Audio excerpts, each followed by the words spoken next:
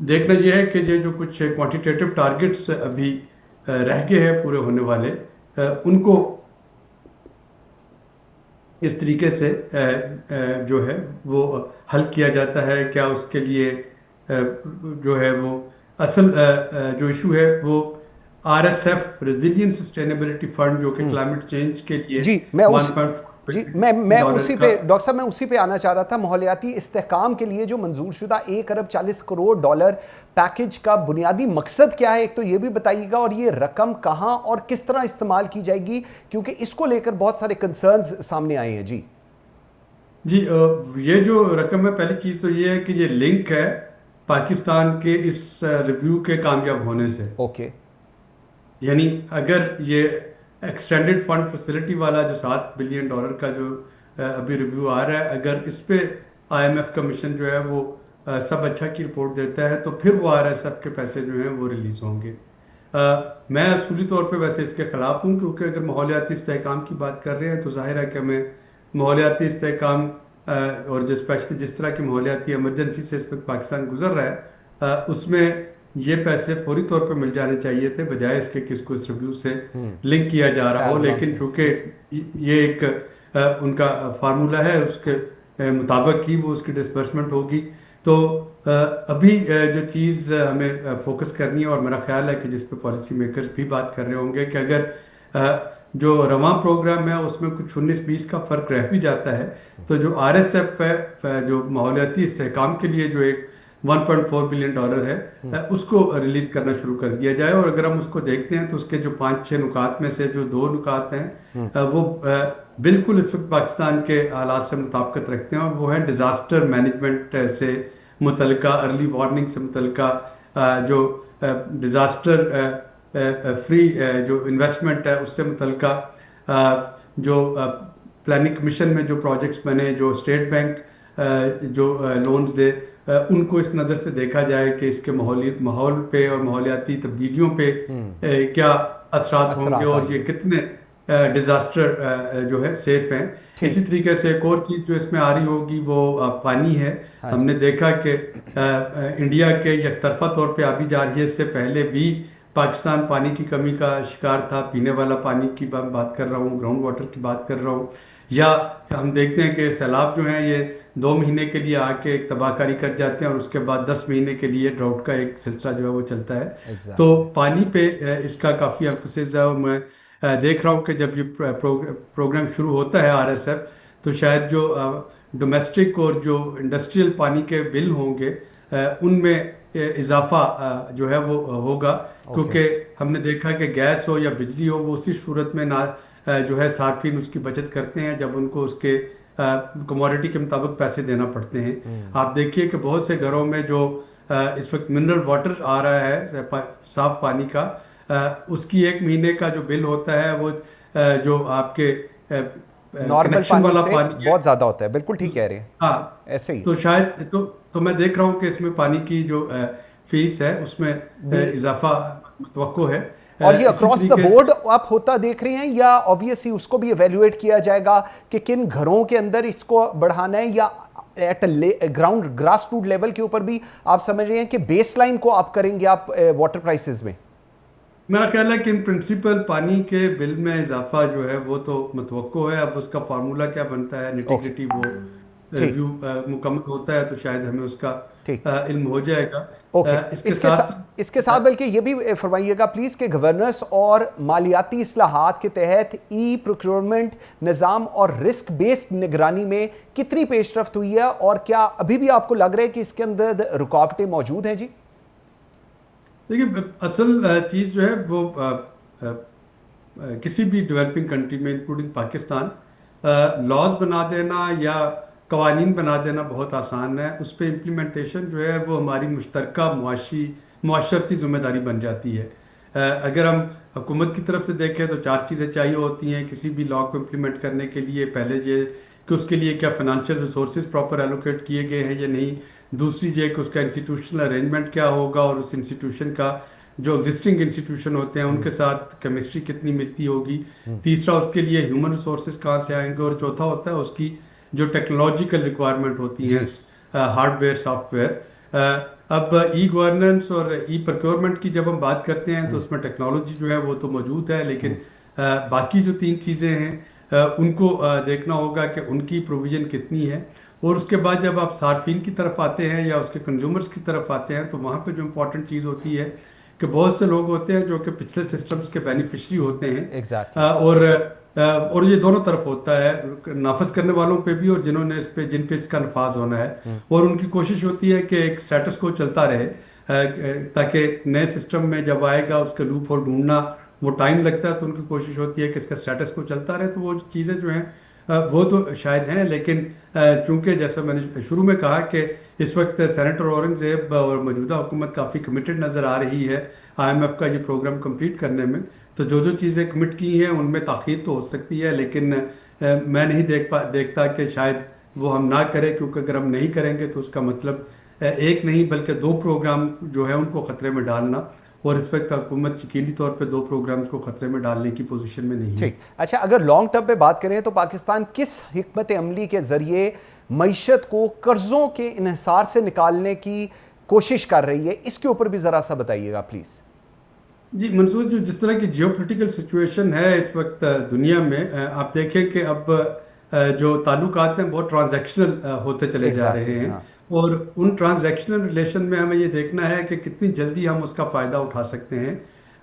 For example اگر ہم ابھی پاکستان اور سعودی عرب کے درمیان جو ایک پیکٹ ہوا ہے اگر اس کی بات کرتے ہیں تو یہ فوری طور پہ اس سے پہلے کہ کوئی نیا پلٹا کھائے جیو پالیٹکس جس میں کہ شاید دونوں پارٹیوں یا اسپیشلی سعودی عرب کو یہ لگے کہ اس کا پاکستان پہ اب ملٹری انحصار کرنا کو بہت زیادہ ضروری نہیں رہا. ہمیں فوری طور پہ دیکھنا ہوگا کہ جو پچھلے تمام MOUs تھے جن پہ کہ وجوہ عمل نہیں ہو سکا، ان کو ہم کیسے